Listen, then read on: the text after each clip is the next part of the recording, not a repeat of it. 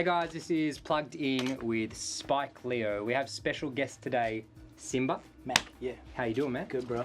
Nice to see you. Thanks for having me. Now, you go by as artist, Yep. Artist, culture shifter. not formerly known as still Simba. Simba. Cool, man. So, look, Simba's got a really interesting story, and I want to get a little bit of background about kind of like your roots, where you're from. Yep. I heard that you're a lawyer, which is dope. Thanks, man. And it's really good for music. I might hit you up later. Of course. That's right. Yeah, of course, sure. Of course. Music lawyer or just lawyer, or Just a bit of everything. So I was in an area called class actions. Sure. Yeah, but Let's get to that. All right, let's start up. So tell me where you're from, what's your background, tell me about your family. Yeah. Go Great. for it. Well, I'm from Zimbabwe originally, so that's in southern Africa. So we share a border with South Africa. Born and raised there. Son to Barbara and Peter, firstborn. My dad and mom separated when I was about 8, formally divorced when I was 9. Gave me a big wake-up call in terms of reality and things just not being stable, and understanding that, look, they may not be around forever, and I need to learn how to sort of make things work for myself. And then by the age of 12, my dad got incarcerated, went to prison, stole money from the bank that he worked for. So for pretty much the rest of my life, it's been a single mom upbringing all the way.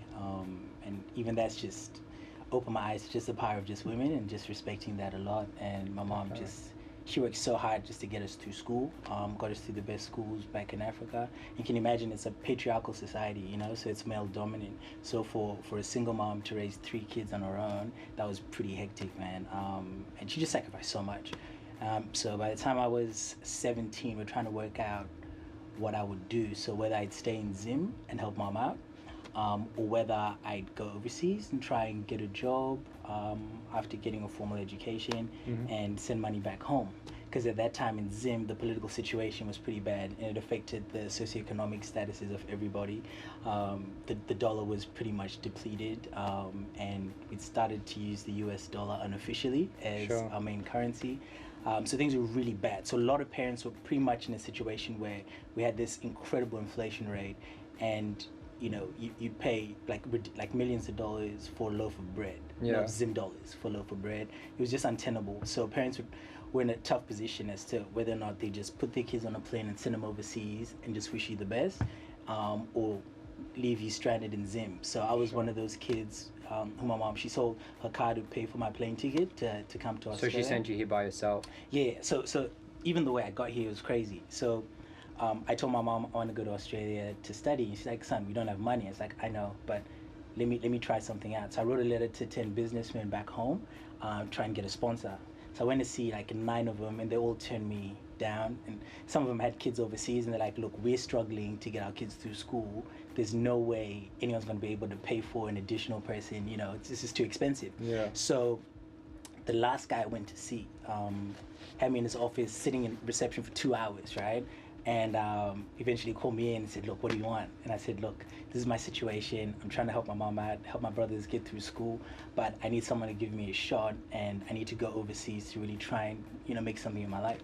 So midway through the conversation, he said, okay, look, I made a decision. I'll pay for your first semester so you can get a visa to go to Australia. So he paid for my first semester, came here with a few $100 in my pocket, and just a bag full of dreams and just hope, man. And enrolled in law and psychology when I in Perth, where I studied, and couldn't really afford to attend a lot of my classes, because the first thing my mom told me was like, as soon as you get to Australia, make sure you get a job. Don't go to school class, get a job, because you'll get deported. And she was right. So arrived, ended up getting 4 jobs just so I could pay my tuition. Wow.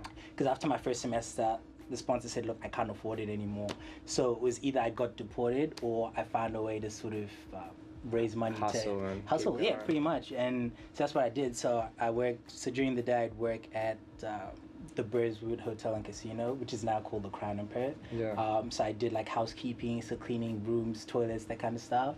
During the day, then nighttime, I worked at an Indian restaurant. So picture like a black African working in an Indian restaurant. Wow, man, you've been through the shit. Just hustle, man. But then it all stems from that necessity, because just the thought of having to be deported and getting on a plane and saying to my mom, you sacrificed so much, but I failed, or we failed. Sure. You know, like it was just something that I couldn't fathom in my head. You know. So how many years ago was that, man? That would have been about 10 years ago.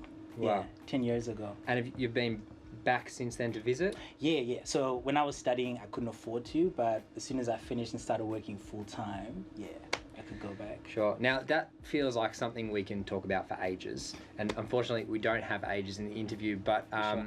you know, that's a really good understanding of where you come from and kind of where we're getting to. Yeah. So you studied law and psychology Yeah. because you had to kind of study something.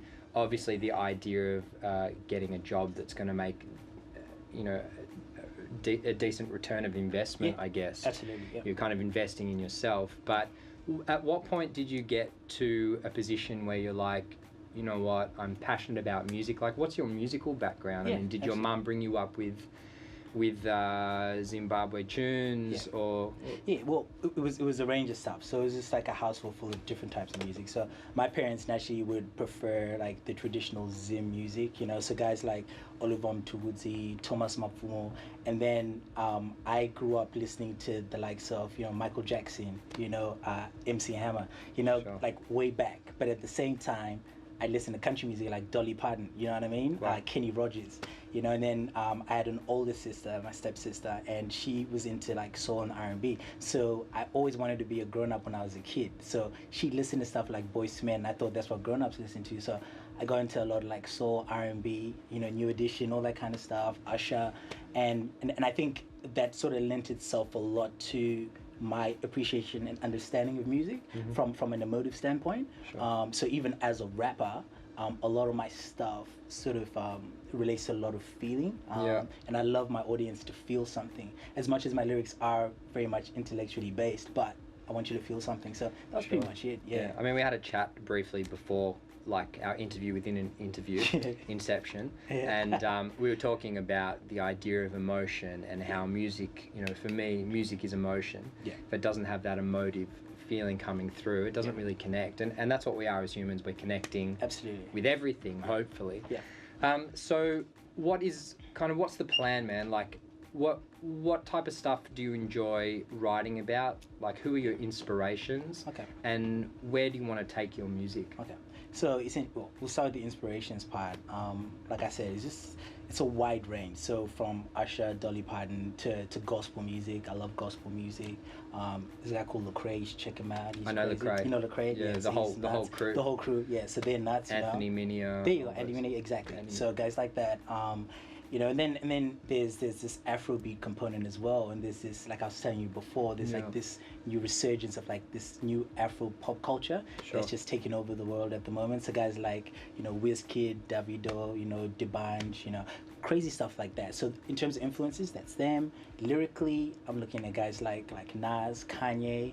In terms of like swag type rap, Jay-Z, you know, the guy that kind of makes you feel cool. Yeah. You know, when you listen to his music. So yeah, those kinds of influences. And it's all about your experiences and stuff like that? Absolutely, 100%. Because we all have a story to tell, but we all have a unique perspective in terms of telling the story. And I like to just impart and just share whatever lessons I've learned along the way. And I think it's been, I don't know if it's ever been done where you've had, you know, a lawyer turned rapper situation, and Yeah. just sort of navigating through that and telling people, you know, what that looks like. And it's not as crazy as people think it is. Sure, it's still a cool story though, like what you've come through to get to this point in your life. Bro, blessings, man. Yeah, where you can have the freedom and flexibility to go, you know, like you have that up your sleeve, you have the plan B, you know. What was plan A originally? Yeah, I mean, it's all or nothing. Yeah. That's what I always say with Yeah. music, like there can't be a plan B. Exactly. But yeah, it's great to know that you have all those tools to work with. So from a creative process, like how do you start to write? Like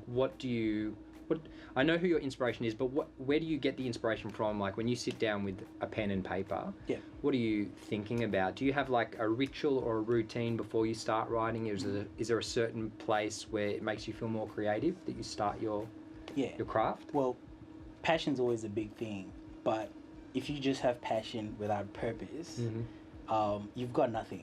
And for me, it's always purposeful. So whenever I'm writing something, there's a reason behind it, there's a purpose behind it. So if I'm gonna, for example, script something about my life, or script something about someone else's life, or have a feel-good track, it's coming from a purpose or a reason. So sometimes it's a feeling, sometimes it's an experience. Sure. But a lot of times, in terms of my writing process, I'll have an idea in my head, but the trigger to the verse, the trigger to anything is always a good first line. Yeah. You know, always start with the crazy first line. And once I've got that going, I've gone. And I used to write down my lyrics, but when I started working, I just didn't have time to do that. So whilst I was at work, I memorized lines over and over. Sure. And that's pretty much my style of writing at the moment. So yeah, it's just all in my head. So off memory now, it's over time, you just practice and you just get it. Nice, man. Yeah. I like how you said, you know, one of my questions is for like the next generation coming up, is passion enough? And I like how you're kind of saying like you have to have a purpose with the passion. Yeah. You know, I ask, do you think anyone with the right passion can make a career out of it, or are there other factors involved? So I think passion is important, but what do you think? Like, are there other factors involved? Absolutely. Look, everybody's different. Everyone's got a different story, right? So there isn't a right answer to it. But generally speaking, you know, a meal as simple as cereal can't just be consumed. You need milk, you know, you need something to add to it. Do you know what I mean? And passion, I equate that to excitement. It's a trigger. Do you know what I mean? Like, it sets things off. But in terms of longevity, in terms of consistency, in terms of determination, work ethic, you've got to have purpose, because purpose is like the currency you need to purchase your destiny. Sure. You know, so if you're passionate about something, the days when you wake up and you're not passionate about it, you know, but you still have to do it. You know, a lot of people don't like the jobs they have to do, but they've got responsibilities, they've got families to feed, and that's purpose. So that's what gets them out of bed every day. I don't feel like doing this, but I know the end goal. Sure. You know, so it's kind of having faith in the process and in the journey of where you're going to end up. Exactly. But also being conscious of the moment. Do you know what I mean? Because I find if you focus too much on the future and not on the present environment, the present circumstance, you miss out on a lot of opportunities. Do you know what I mean? Because you're always thinking of the destiny. Do you know what I mean? So even today, if we had an idea of meeting up today, right? And if that was all we thought about, that wasn't enough to get us to meet each other today. Do you know what I mean? So that's sort of how I look at it. You know, that's so actions are stronger than words and all that kind of stuff. You got to put your thoughts into action. Yeah, and it's a process. You're gonna need the words to sort of trigger stuff, and then the action sort of, you know, becomes the ultimate end goal to what you've spoken to existence. So through all your upbringing, man, was like, you know, that idea of like failing your mother was that kind of the thing that pushed you through all those difficulties? Huge. It was huge, man. Because even in the household, just seeing, you know, when dad would put his hands on mom, you know, and just watching her just fight back, you know, and not physically, but in terms of action and determination. Like, there's certain lessons you learn from that, from just watching as a kid, you know, and not giving up. And just seeing her do that in the environment that she was in almost gave me a license not to find an excuse in anything. So even with the law stuff, even though it wasn't necessarily where my heart was, I understood the purpose and the reason behind why I had to do it. Get my brothers to school, help mom out, you know. And when I made the decision to do music, she respected that. You know what I mean? Because I did what was necessary to get to my end goal. Sure. I mean, you could have gone either way. Like, I work with a lot of unfortunate kids who have been through trauma and tough times. You could have gone into a life of crime. You know, you could have done the wrong thing. What do you think is the difference for you that kind of steered you in the right direction? Like, what made you make those decisions? Are we kind of, you know, are we... Do we create the end result, or does life just take us in a certain direction? I think the right answer to that, and the honest answer to that, is whoever you surround yourself with ultimately determines the kind of person you're going to be. I'll give you my example. My mom was a single mom in Africa, right? She couldn't keep an eye on me 24/7. So for her, she put me in church as much as she could. Sure. So I was in church for a big chunk of my upbringing, you know, and I still am to this day. So having that consciousness of God, you know, or a God for some people, you know, kind of kept me, on the right path. I went to an Right. all-boys Jesuit Catholic school, so I always had that consciousness, you know what I Yeah. mean? And also just the weight of what was at stake, if I didn't make it, for everybody else. Yeah. You grow up quickly when you're a kid and you experience a lot of Yeah, stuff. Do you know that's what I a mean? lot on the shoulders of a young man. Yeah, but I'm one of many. That's Yeah. another thing that a lot of people don't know. A lot of people will put on planes by their parents from home and just hope for the best. We didn't all make it, but a lot of us did as well. Sure. I think, no matter what we go through in life, everyone wants to be a part of something. Yeah. The bonus that you had is you had an incredibly supportive mother. Yeah. She put you into something which was church, Yeah. which was a lot of like-minded, For sure. people who belong to something. Yeah. I guess in a lot of cases, kids who don't have something to hold on to or aren't pushed into something Yeah. will often surround themselves by the wrong crowd Yeah. Yeah. and basically hold on to something that takes them down the wrong path. Exactly. But I think it's a choice. Yeah, like absolutely. you made those choices and you decided Yeah. that whatever it was, you want to make the best of it. Yeah. So we're getting towards the end of the interview. I want to ask you a couple more questions. Sure. What are three main pieces or tips of advice that you would give to artists who are looking to start crafting a career? Get a job outside of music. That's going to teach you the importance of a work ethic. Have passion accompanied with purpose. And that will fuel your determination in any season that you're in. Because in this industry, there are lots of highs, there are lots of lows. Mm-hmm. 3, respect the stage, respect your audience, respect your craft. But above all, in that, know your identity as a human and as an artist, and know what you're bringing to the table with everything that you do. And that's going to inform you in terms of your value as an artist, your value as a human being, and you can easily sort of manage and keep an eye on your trajectory and eventually, Lord willing, tick all your goals along the way. So that's what I would recommend. Yeah, that's amazing advice, man. Thanks, bro. The last question, I guess, is like, what's the bigger picture for you? Okay, so I'm going to be president of my country, Zimbabwe. So that's the ultimate goal. So Is that for real? for real, yeah. So Wow. so the first phase was get the formal education, help mom out, but at the same time during that I had my 6 years as a practicing lawyer, and did really well in that field. And then the second stage now is the music, which I've always wanted to fulfill. Sure. But that's going to sort of broaden my perspective and my scope in terms of reach of people and connections along the way. And also just get my name out there and get people familiar with me. So Sure. Performing in front of the right people and getting a following and amassing that. And that'll happen gradually. Yeah. So I'll give myself, anywhere between 5 to 10 years to do that. Then Yeah. transition into politics that way. Wow. I might start in Australia, and then eventually branch out and go back home, because Zim gave me so much, Sure. and You want to give that back eventually? it would be unfortunate if I were successful by myself. That's not an exciting story to tell. It's fun now. It's good for me, but Sure.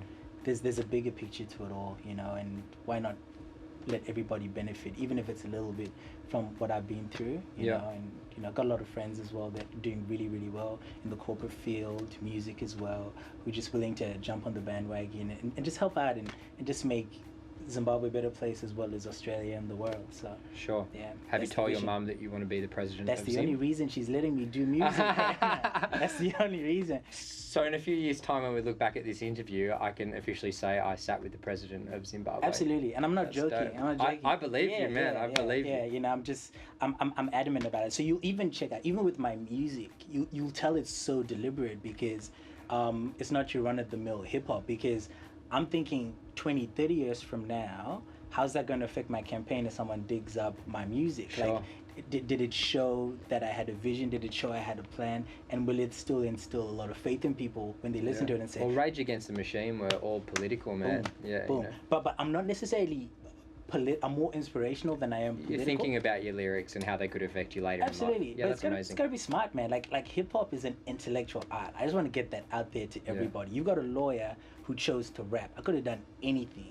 But it is such an interesting and intricate art form, Yep. And I'm here to just give people a breath of fresh air in terms of the perspective of rap. Sure. I may not change the game, but I'm going to do something. Man, it is so nice to meet you. Likewise, And, I love what you have to say. Thank you, Really brother. inspirational. Thanks, Oman, for hooking me up with Simba. Thanks, bro. You're the man. You're the man. And yeah, I really look forward to see what you're going to do. Thank you, bro. Man, Thank you. you know, best of luck with everything. Thank you, bro. dude. Appreciate it. Thanks for the opportunity, man. So, guys, that's plugged in this week with Spike Leo with the very exciting and talented Simba. Make sure you subscribe and like below. Stay tuned next week. We'll have another special guest on the show. Simba, thanks so much, bro. Thank you, Spike. Appreciate Cheers. it, bro. Bless. That's it, guys. Catch Peace. up. One.